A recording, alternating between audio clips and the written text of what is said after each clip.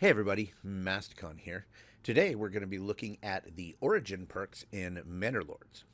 This is one of the first decisions you need to make with a new settlement in Manor Lords.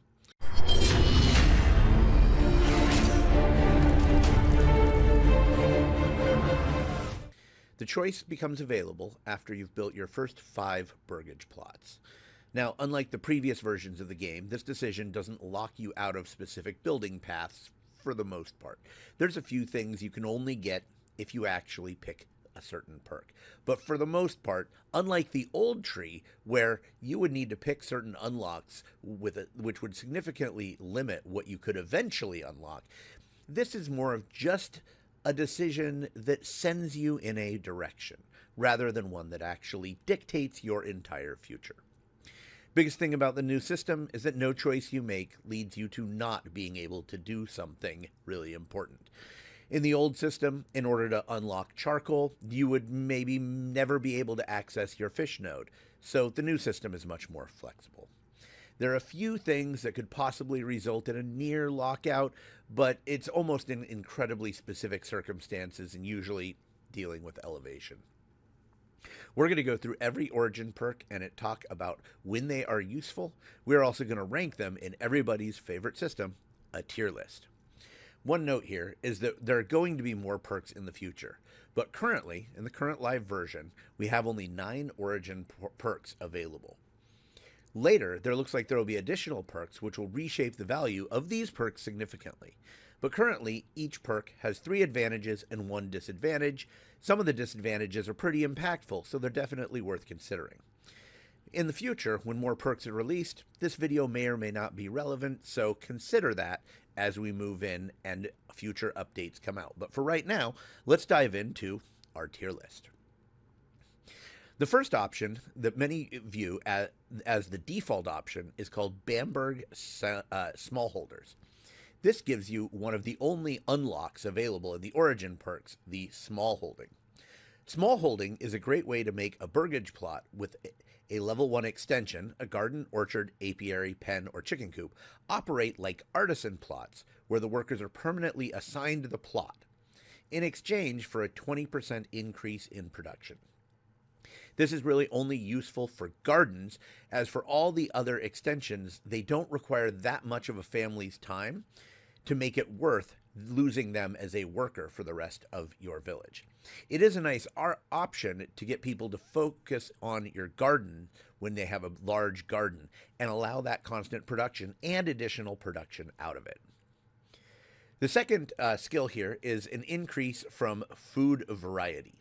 This is nice and may make hitting the 80% mark for increased growth more feasible.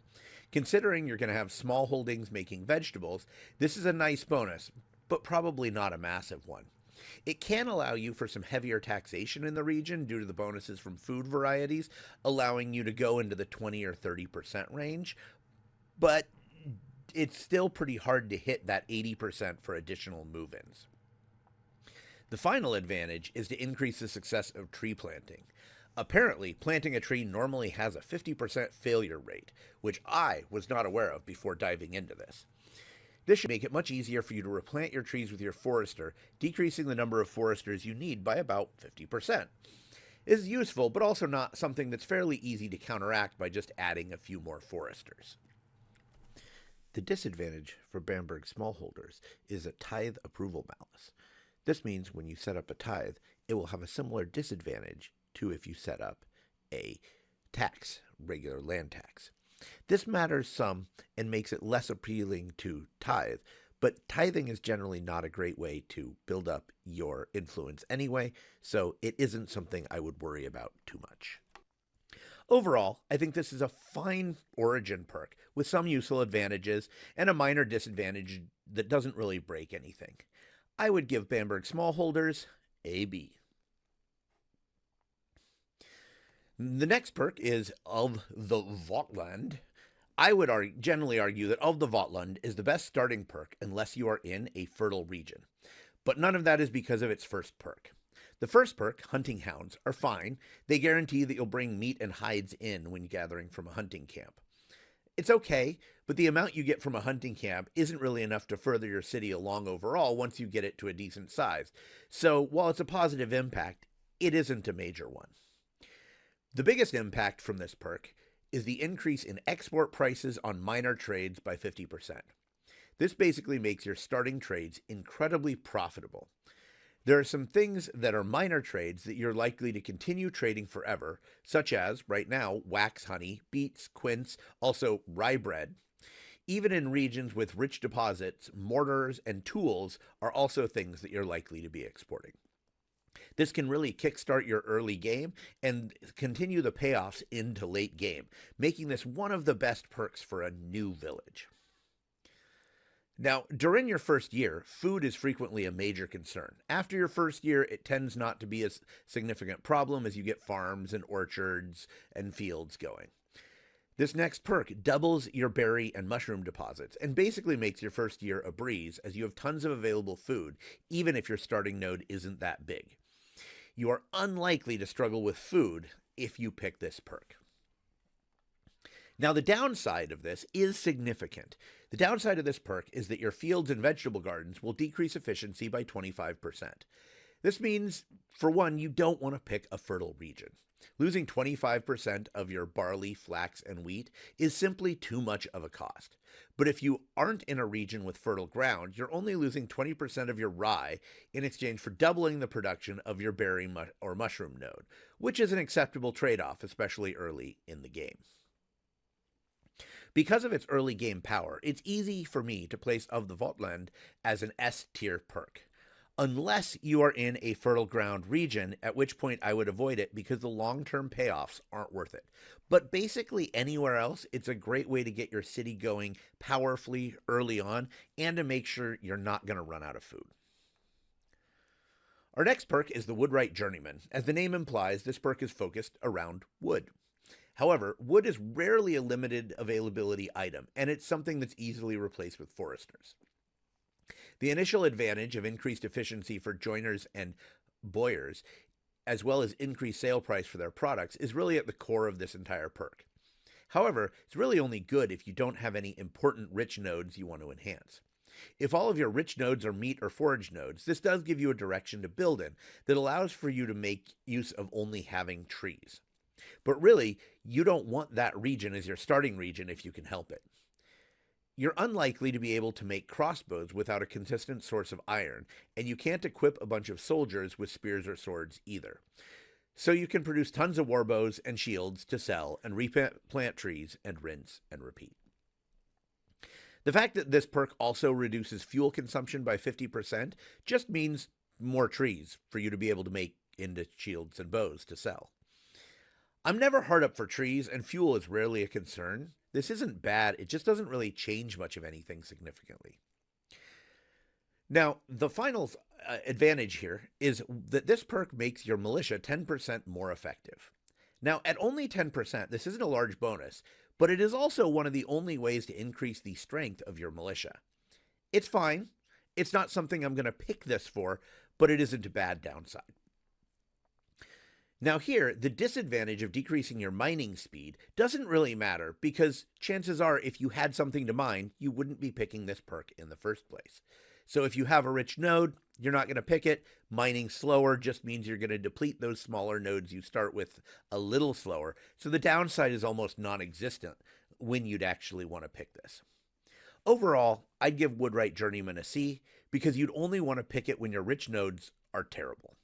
If you just had rich food nodes, I can see picking this up and focusing your production on wood-based weapons and shields. But outside of that, I don't think I'm going to use it. So, Woodwright Journeyman, you get a C.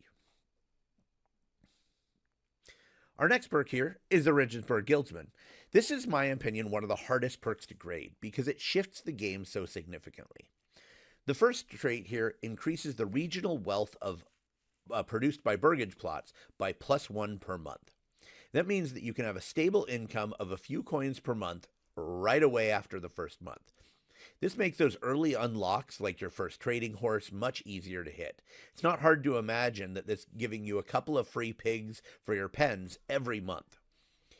And when things are upgraded, it still pays off.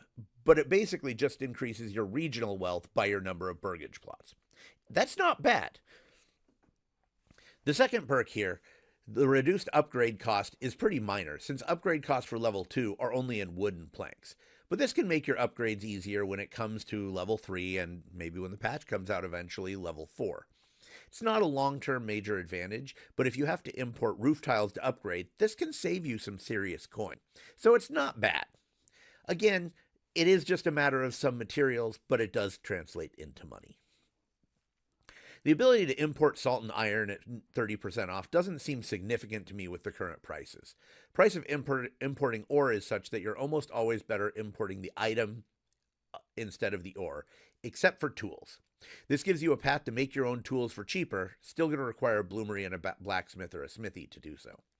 I don't see importing salt for the price because consumable foods like that seem like a really fast way to lose money. For the price you'd be paying for salt, you'd be better off just exporting your pork. The land tax approval malus is also a big disadvantage, as land tax is one of the primary ways to generate money for your treasury. Each 10% gives you a -6 approval, meaning that you can maintain growth of 20 or 30% tax in a fully developed settlement. However, this is going to make 20% a little more dodgy and 30 almost impossible without a really solid economic base. This does make it a notable disadvantage as you're trying to bring in wealth, but it is offset by the fact that you have wealth coming in somewhere else. In the really late game, the amount of additional wealth you're likely to get in compared to what you're not taxing may not be worth it. Overall, this isn't a terrible origin, but I don't see it ever being stand out. There isn't the ability to make bedroom communities in one region with lots of burgage plots and tax them heavily, and then have them, travel into work in another region. It doesn't really matter what your region is built for, this will do fine anywhere, but I don't think it's going to be great anywhere either. I'd give it a B, but if I'm wrong about any of my perk ratings, I feel like this is the one. This is a pretty difficult perk to grade accurately, largely because I think that you're going to run into situations where the math on it is unclear in a region early on and you get some advantage. But later on, when you have a lot of regional wealth, I think it'll be a clear disadvantage. Our next perk is the Smiths of Passau.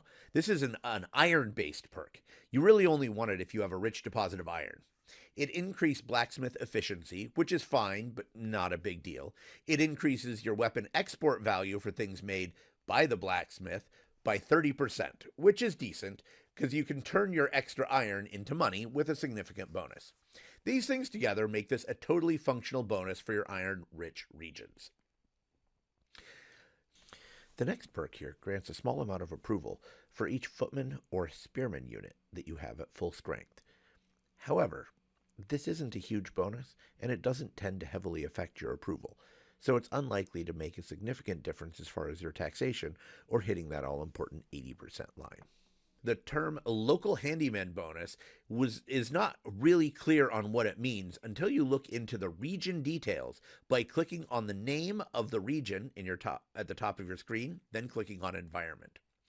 Local handyman bonus decreases the amount of maintenance required for buildings with tools.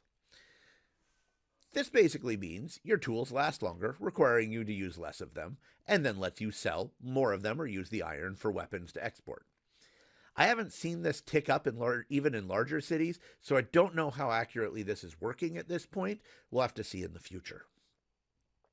Now, the disadvantage for the Smiths of Passau is really serious unless you have fish. 20% decrease for all your pigs and chickens makes supplying meat overall significantly more difficult.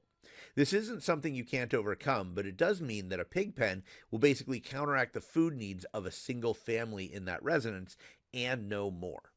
So you need to worry about how much you're limiting yourself here. If you have a good fish node, this becomes an irrelevant disadvantage because you can rely on fish as a source of meat rather than relying on pig pens and chicken coops. All that said, I think this is still a good perk if you have a rich iron node, and even better if you have a decent fish node. In that circumstance, I'd give it an A. but only in that circumstance. If you don't have the fish, then this is probably a B or a C, and without the rich iron node, it's just terrible. Our next perk here is Born of the Alps. Born of the Alps is a perk entirely based around sheep and elevation, for the most part. First ability here is that you need 50% less clothing. Basically, it'll last longer, and that allows you to sell more clothing that you produce. But producing clothing isn't a level 2 advancement requirement and isn't something you're trying to do until your village is pretty stable. So this doesn't really help you get to stable village. Second ability, sheep being more resilient at high altitudes, only matters if you are at high altitude. Most regions aren't. The only chance you'd be focusing on sheep is if you really don't have anything else to do with that space. So this is really only useful in a really, really bad region. If you end up in a high altitude region with no good nodes to do something else with, well, you can fill it with sheep and use this to be able to do it. It can salvage a bad starting location. The last positive trait here, the hunting camp efficiency, doesn't really matter to me because generally one family can manage a full small game node. Efficiency here doesn't seem particularly useful, and everything you get from this would be better with hunting dogs anyway. The disadvantage here is more costly trade routes by 20%. Considering this is really a late game issue, I don't think it's a huge disadvantage. It'd be annoying that some trade routes will cost you 120 instead of 100, but by the late game that probably won't matter. And if your region is so bad you have to pick this perk, you won't have that many outbound trade routes to purchase anyway. It'll just be the import ones you'll have to worry about. Besides clothes, you'll probably have plenty of clothes.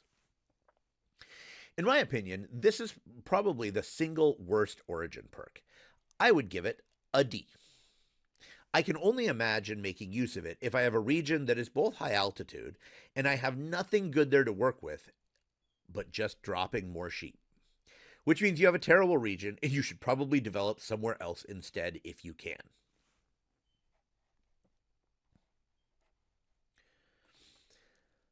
Next we have the Strasburg Masons. Well, this seems like a really good pick if you have a rich deposit of stone. It's still not that great.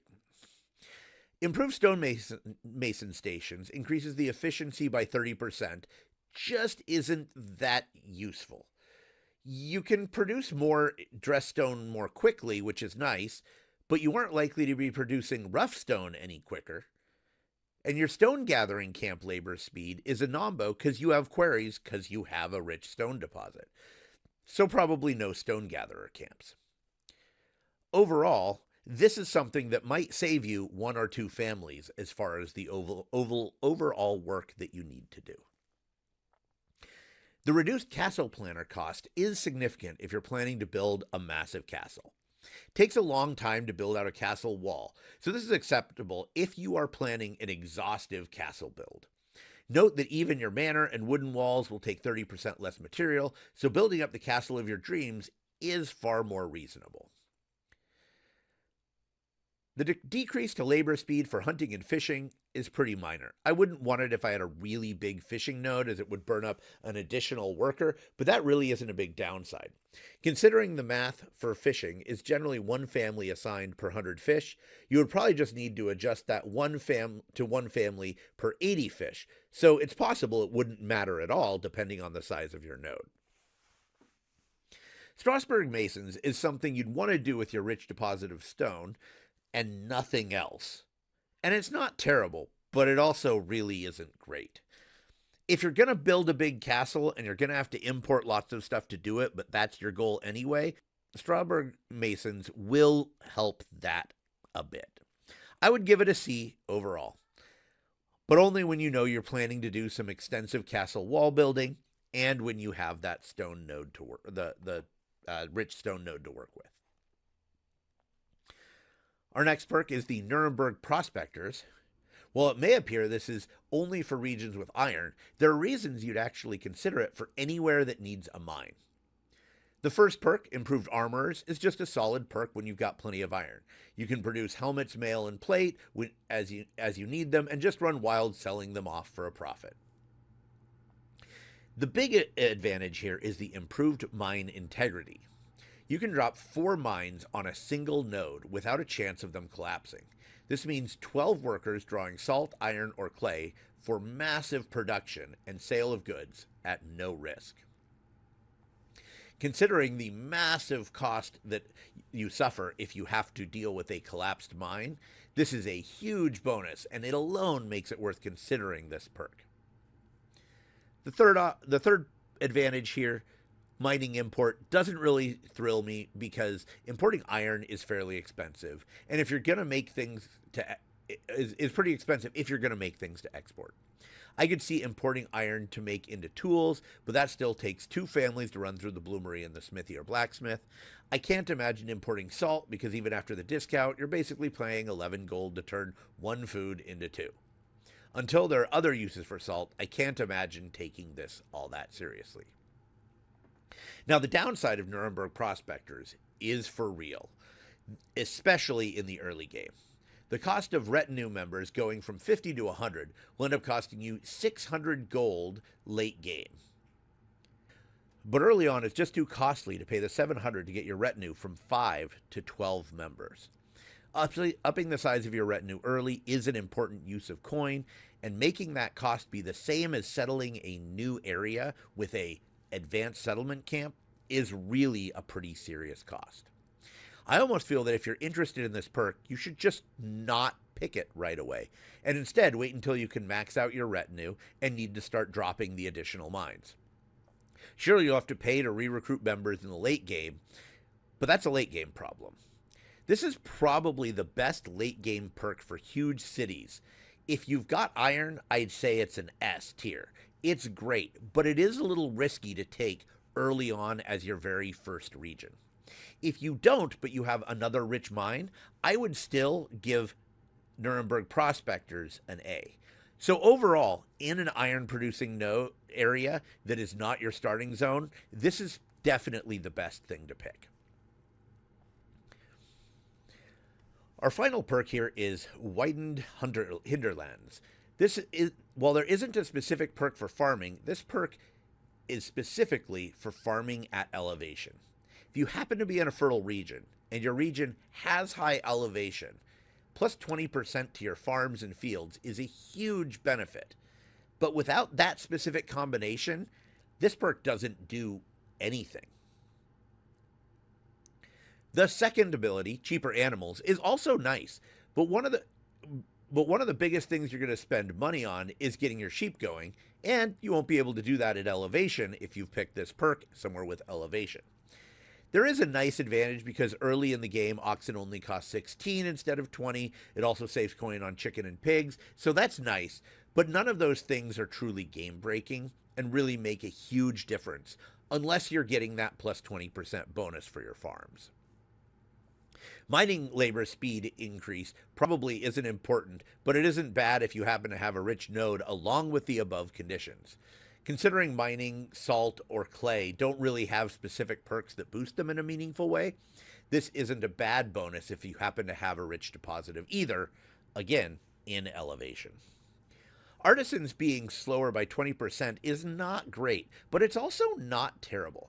Artisans are generally choked at the input side of production at getting in what they need to make, rather than the output side of production of not being able to produce based on the items they have available. There are several artisans that I wouldn't mind see running at 20% slower anyway. Generally speaking, my baker isn't baking year-round. It probably won't matter for your bakers and brewers, and when you're looking at making weapons and things like that, you may have trouble producing enough iron to keep up with it anyway. You also probably aren't looking at this for a region with a deep iron node anyway. So if, and only if, you have a high elevation fertile region, I would say this is fantastic, but really only in that circumstance. And high elevation regions are pretty uncommon. There tends to be one, maybe two on most maps. So if you're in that circumstance, I would give this an A. Weiden Hinterlanders is amazing in high elevation in a fertile region. But because that is so uncommon and won't exist on the majority of maps, I really can't give it an S. Just keep your eye out for when this does work, because it's going to be a really nice thing to have. So there you have it. Here is our tier list for Origin perks. I hope you enjoyed this, and take a look at some of my other episodes. I've got a Shibboleth series I'm running, and I'm hoping to put out a video like this every month or so. So go ahead, click like, click subscribe, and thanks for hanging out and looking at some Manor Lords.